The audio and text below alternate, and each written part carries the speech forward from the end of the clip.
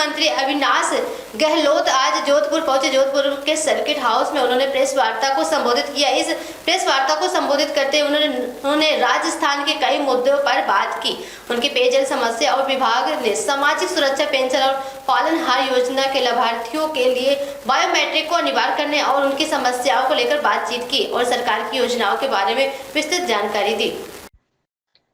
साथ ही राजस्थान सरकार में सामाजिक न्याय एवं अधिकारिता मंत्री अविनाश गहलोत ने कांग्रेस पर तीखा हमला बोला है। उन्होंने कहा कि राहुल गांधी, सोनिया गांधी और प्रियंका गांधी के निर्देशों का कांग्रेस नेता आंख बंद कर पालन करते हैं। गहलोत ने आरोप लगाया है कि कांग्रेस में चापलूसी की हद पार हो चुकी है। यहाँ तक कि रॉबर्ट वाड्रा के परिवार भी विशेष सम्मान दिया जा रहा है। मंत्री ने कहा कि भाजपा सरकार की राजनीति से ऊपर उठकर जनता के हित में काम कर रही है। उन्होंने बताया कि सरकार बनने के कुछ ही महीनों के भीतर जन कल्याण के कैंप शुरू कर दिए थे और 15 मई तक विशेष अभियान चलाकर ग्रामीण और शहरी विकास की नई रूपरेखा तैयार की जा रही है।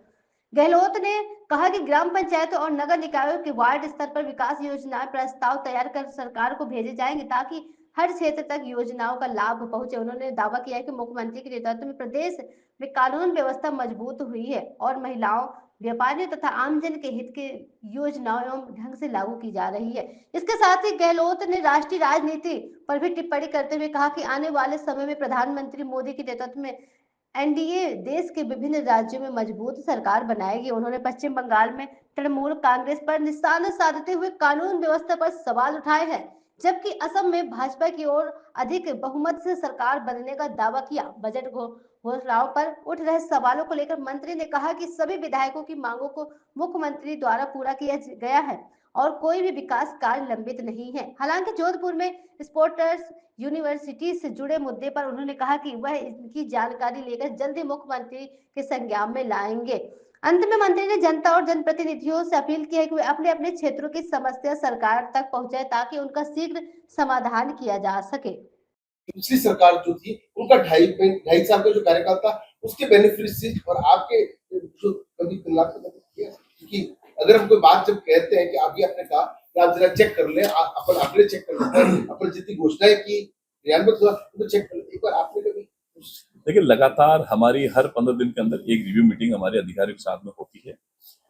कभी उच्च अधिकारी होते हैं, कभी हमारे डीएलओ के साथ में होती है। आज हमने यहाँ जिले के इसीलिए अधिकारी को बुलाया है कि कहीं भी कोई भी अगर चाहे तो जनप्रतिनिधि के माध्यम से, मीडिया के माध्यम से या अन्य किसी व्यक्ति के माध्यम से अगर सरकार के संज्ञान में कोई बात आती है उसको पूरा करने का काम हम लोग करते हैं। इसलिए अधिकारी को पाबंद करने के लिए, योजनाओं की क्रियान्विति के लिए, योजनाओं की जो रिव्यू होती है उसके लिए भी लगातार संवाद एक ऐसा तरीका है जिससे सारी जो समस्या उसका समाधान हो सकता है। हम लोग लगातार कोशिश करते हैं कि मैंने पहले भी कहा है कि इतना बड़ा विशाल परिवार है जो सारा का सारा डीबीटी के माध्यम से हमारा काम होता है। तो जब माननीय मुख्यमंत्री एक बटन दबाते तो पेंशन का सारा पैसा हमारा चला जाता है। आज आप देखिए कि पेंशन का लगभग अब 1 अप्रैल 2026 से प्रति महीने 1300 करोड़ रुपए से ज्यादा का पैसा हमारा जाएगा। लगभग 15,000 करोड़ रुपए या 16,000 करोड़ रुपए पेंशन में हम लोग देने वाले हैं। पिछली कांग्रेस सरकार के समय में अभी जब विधानसभा के अंदर बातें हुई थी, हमने कहा था कि आप कांग्रेस वालों से पूछा था कि हमारे 2 साल में जब सरकार के पूरे हुए, आपके 5 साल पर आप बहस करिए। तो मैं दावे के साथ कह सकता हूँ कोई भी कांग्रेसी सदन में उपस्थित ना, सब भाग गए वहां से। ये भाग खड़े इसलिए हुए कि उनके पास में बताने के लिए कुछ नहीं था। सरकार ने जो काम किया है उसके पास में कोई उसका तोड़ नहीं था। मुख्यमंत्री जी ने पहली बार कांग्रेस की चुनौती को स्वीकार किया था और हमने कहा था कि नहीं, अल्बर्ट हॉल पे नहीं, हम लोग राजस्थान के सबसे बड़े सदन विधानसभा में बहस करेंगे। आपके पास आंकड़े तो बताइए, हम हमारे बताते हैं, लेकिन उनके पास में नहीं था। ये राहुल गांधी ने, सोनिया गांधी ने, प्रियंका गांधी ने जो आदेश राजस्थान के कांग्रेस नेताओं को दिया है वैसा ही वो फॉलो करते हैं। और चापलूसी की हद देखिए, अब तो ये हद हो गई कि कांग्रेस वाले इनके जो दामाद हैं रॉबर्ट वाड्रा जी, उनके बेटे को ही सलाम करते हैं, उनको ही प्रणाम करके आते हैं, उनको ही धोख लगा के आते हैं कि आने वाले समय में अपनी कुर्सी कहीं असुरक्षित नहीं हो। इसलिए ये चापलूसी की जो पराकाष्ठा ये कांग्रेस ने गांधी नेहरू परिवार की है। राजस्थान के लिए माननीय मुख्यमंत्री जी का जो संदेश है सिर्फ इतना है कि चाहे कानून व्यवस्था हो, चाहे हमारी ये जो महिलाओं के साथ में, बड़ों के साथ में, व्यापारी के साथ में, किसी भी तरीके की कोई भी अगर योजना आती है उसका लाभ उस तक कैसे पहुंचे, इसके लिए हम चिंता करते हैं। वरना हम लोग राजनीतिक लाभ के लिए कभी ऐसा काम नहीं करते हैं। और आपको एक बात भी बताऊं सरकार ने बनने के बाद में महीने, 2 महीने, 3 महीने के अंदर अंदर हमारे कैंप शुरू कर दिए थे। उस समय कोई चुनाव नहीं थे। अब हमारे फिर कैंप है। हम लोगों ने गांवों के विकास का रोड मैप बनाने के लिए ग्राम पंचायतों के वार्ड की रूपरेखा बनानी शुरू करी है।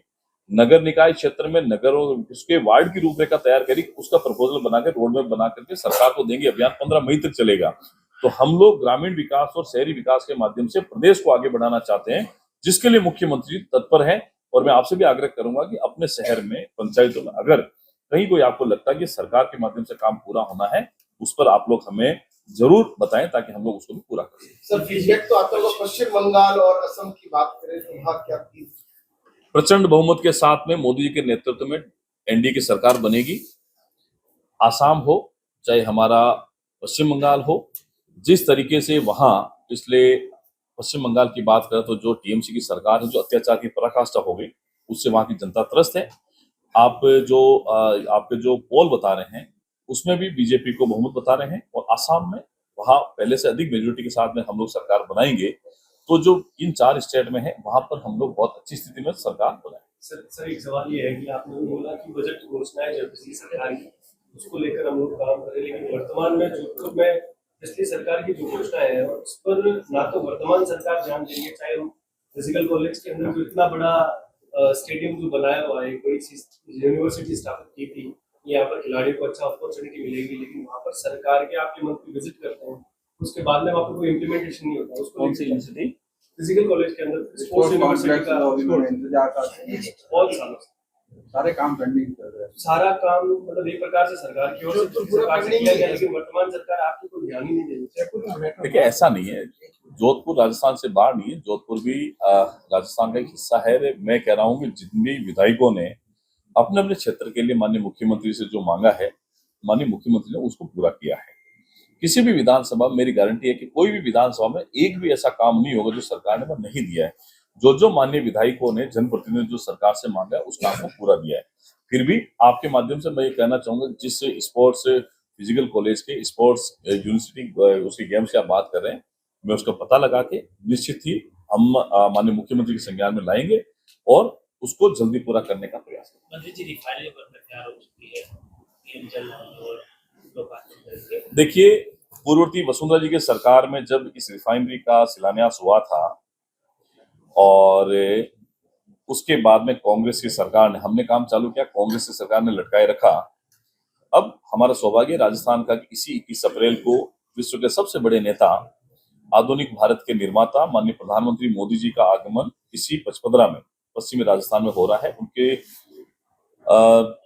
कर कमलों से इस रिफाइनरी का उद्घाटन होगा। लगभग 1 लाख करोड़ की इस योजना का, जो मुझे लगता है राजस्थान की सबसे बड़ी योजनाओं में से एक है, हम लोग बड़ी बेसब्री से इंतजार करते हैं। माननीय प्रधानमंत्री का स्वागत करेंगे। इस रिफाइनरी के उद्घाटन के बाद में पेट्रोकेमिकल्स के लेकर से बहुत सारा हमारा जो रोजगार का अवसर है वो भी बढ़ने वाला है।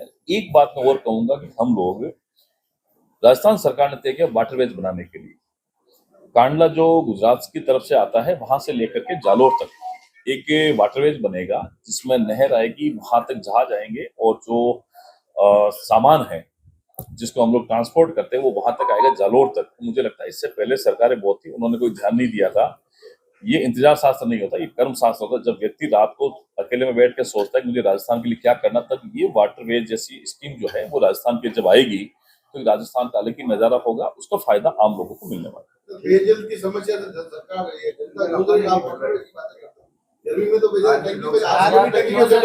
देखिए ऐसा है, ये बात सही है, ये बात सही है कि राजस्थान में 40% हिस्से को पानी के लिए जो राम जल सेतु योजना लागू की गई है उसका काम चल रहा है। सिक्कर शेखावटी के अंदर जो यमुना जल समझौता है उसमें 32,000 करोड़ का प्रोविजन हो गया। अब हमारा पश्चिमी राजस्थान जो है उसमें पानी की दिक्कत है, इसमें कोई दो राय नहीं। यहाँ जोधपुर में कायला में दिन से पानी की सप्लाई होती है। हम लोगों ने, सब लोगों ने, जो पश्चिमी राजस्थान के माननीय विधायक हैं उन सब सदस्यों ने मिलकर के माननीय मुख्यमंत्री को कहा है अब सिर्फ और सिर्फ पश्चिमी राजस्थान में एक ऐसी योजना को लाया जाए जो इसकी जीवन रेखा बन सके पश्चिमी राजस्थान की। उसके लिए हम लोग प्रयास कर रहे हैं और हम लोग पीएचडी विभाग जो है उसकी भी मुख्यमंत्री ने उनको छूट दे रखी है कि जहां भी अगर पानी के कोई लीकेज है लाइन के, उसको ठीक करें, नई लाइन है उसको लीकेज करें। आधे से ज्यादा दिक्कत पूर्व की सरकार की जेजेएम के कारण से हुई थी। आज भी आप देख रहे हैं वहां कांग्रेस सरकार के मंत्री से लेकर के, चीफ इंजीनियर से लेकर के, एक्शन से लेकर के बहुत सारे लोग जेल के अंदर, क्योंकि उन्होंने जेल में घोटाला किया था। अब इतने बड़े घोटाले को जब केंद्र सरकार ने पैसा दिया था, उसका भ्रष्टाचार कहीं के हो तो उसको समेटने में थोड़ा टाइम लगता है, लेकिन फिर भी सरकार की प्राथमिकता होती है कि पेयजल, बिजली, सड़क, आवास, खाद्यान्न, ये सारी चीजें जो मूलभूत आवश्यकताओं में आती है उसको पूरा करे। और हम इस गर्मी में कंटीजेंसी प्लान को स्वीकृत कर चुके हैं और इस कंटीजेंसी प्लान के माध्यम से जोधपुर में पानी की, पेयजल की कोई दिक्कत हम आने नहीं देंगे। सर, एक मुद्दा जोधपुर के पत्रकार साथी बंधन है और जोधपुर के इस सर्किट हाउस में आज सामाजिक न्याय अधिकारिता विभाग के जोधपुर जिले के समस्त विभागीय अधिकारियों की समीक्षा बैठक है और इस समीक्षा बैठक में सरकार की जो स्कीम्स है उसके बारे में रिव्यू किया जाएगा और आवश्यक निर्देश जो है अधिकारी को दिए जाएंगे। पिछले 2 वर्ष में सरकार की तरफ से, विभाग की तरफ से जो नवाचार हुए हैं, जो काम हो रहे हैं और जो स्कीम चल रही है उसका फायदा व्यक्ति तक सही समय पर पहुंचे, इसके लिए लगातार हमारी वीसी के माध्यम से भी हम लोग हमारे अधिकारी से बात करते हैं, डायरेक्टरेट पे भी बात करते हैं और हमारे अधिकारी भी जो विभाग के हैं सचिवालय से वो मॉनिटरिंग करते रहते हैं। आज जोधपुर में मैंने स्वयं ने अधिकारी को बुलाया है और यहाँ बैठक होगी। बैठक में जो हमारी विभाग की पॉलिसीज है उसके बारे में भी हम लोग बातचीत करेंगे। सरकार का मंतव्य यह है माननीय मुख्यमंत्री महोदय के मार्गदर्शन में कि जो समाज कल्याण विभाग की स्कीमें हैं उसका फायदा अंतिम व्यक्ति तक पहुंचे और कोई भी पात्र व्यक्ति जो है वो इस स्कीम से वंचित नहीं रहे। इसके लिए हम लोग मिलकर के प्रयास कर रहे हैं और अगर कहीं इसमें कहीं भी लापरवाही देखने को मिलेगी या कोई अनियमितता देखने को मिलेगी तो उसके बारे में भी अधिकारी से चर्चा करके उस पर कार्रवाई भी होगी और आने वाले समय में किसी प्रकार की कोई लापरवाही विभाग के अधिकारी कर्मचारी के द्वारा न रहे, इसके लिए उनको पाबंद भी किया जाएगा। हमारा विभाग लगातार 1 करोड़ का हमारा परिवार है, इस विभाग के माध्यम से जो लाभार्थी जुड़े हुए हैं उनकी चिंता करना और उनको आर्थिक रूप से और सामाजिक रूप से संबल देने का काम हमारा विभाग करता है। अंत्योदय की योजनाओं को साकार करना, अंत्योदय से सूर्योदय, संकल्प से सिद्धि हमारा मूल मंत्र है। माननीय मुख्यमंत्री के नेतृत्व में लगातार पिछले 2.25 साल में हमने जो काम किए हैं उसके आधार पर मैं ये कह सकता हूं कि सरकार अच्छा काम कर रही है, विभाग की मॉनिटरिंग लगातार हो रही है और संपर्क पोर्टल के माध्यम से भी हम लोग हमारे विभाग को, पूरे विभाग के अंदर हम लोग दूसरे नंबर पर संपर्क पोर्टल पर जब भी कोई शिकायत आती है उसका निस्तारण हम लोग करते हैं और अभी तक हम लोगों ने 13 दिन में एक शिकायत को सॉर्ट आउट करने का काम किया। हमारा प्रयास है उसको हम लोग 10 दिन के अंदर अंदर ले जाने का प्रयास कर रहे हैं ताकि लोगों को कोई असुविधा नहीं हो। सर, नया क्या हो रहा है? सिर्फ समाज कल्याण विभाग चल रहा है, आप जैसे युवा नेता आए हैं, आपको दायित्व मिला है, सर नया क्या कर रहे हैं आप? देखिए, पहले तो मैं ये कहूंगा कि पिछले 2 साल में जब से माननीय मुख्यमंत्री भजनलाल शर्मा जी के नेतृत्व में सरकार बनी है तब हमने तय किया है कि इस विभाग से जुड़े हुए शेड्यूल कास्ट के व्यक्ति, शेड्यूल ट्राइब के, ईडब्ल्यूएस के, दिव्यांग, सफाई कर्मी और इस प्रकार का जो हमारा एक वंचित वर्ग का परिवार है उसके लिए एक नई योजना को लाया जाए और जो पहले से चल रही है उसको और आगे बढ़ाया जाए।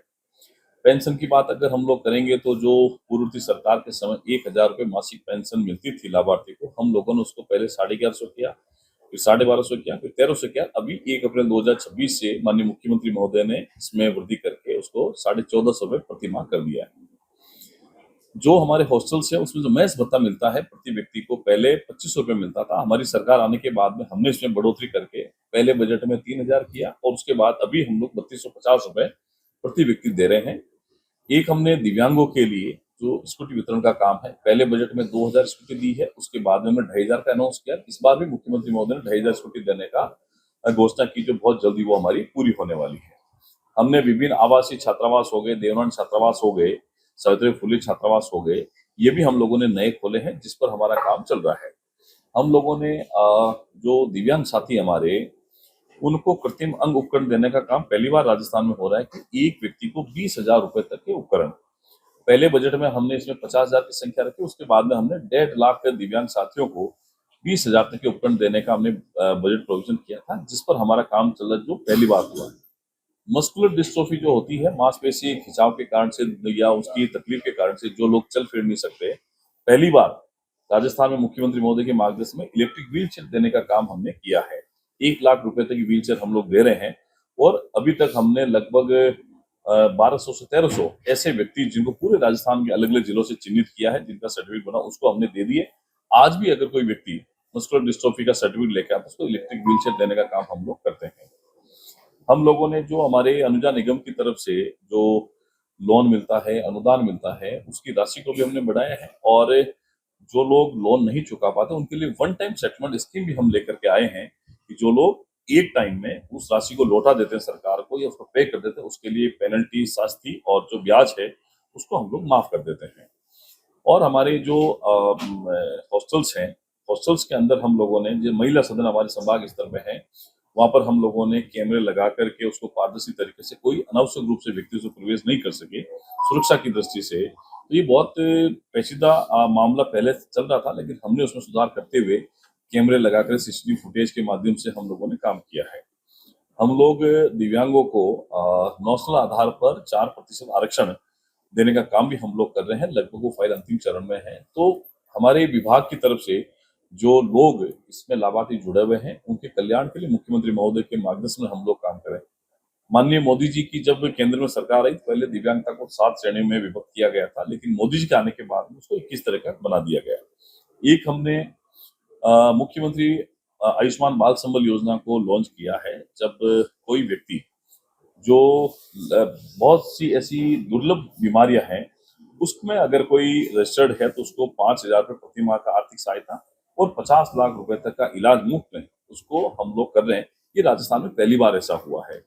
अब इसमें हम लोग प्रयास करें, थैलीसीमिया जैसी जो गंभीर बीमारी है, उसके कारण जो बच्चे जिनको रक्त की आवश्यकता होती है, वो लोग इसमें शामिल नहीं है, उनको भी शामिल करने के लिए हम लोग प्रयास करें, ऐसे बच्चों को भी उसमें शामिल किया जाए ताकि उसको भी इसका फायदा मिल सके। और बहुत सारी स्कीमें हमारी यहाँ, हम अंतर्जातीय विवाह की बात हम लोग करते हैं, हम लोग स्कॉलरशिप की बात करते हैं, और न जाने कितनी योजना है जिसके बारे में अगर बात करेंगे तो ये पिछड़े हुए समाज के लिए, दलित समाज के लिए, और जो अंतिम छोर पर खड़ा समाज है उसके लिए है। तो उस योजनाओं की क्रियान्विति हम लोग लगातार मॉनिटरिंग के माध्यम से बराबर हो, इसके लिए लगातार प्रयास करते हैं।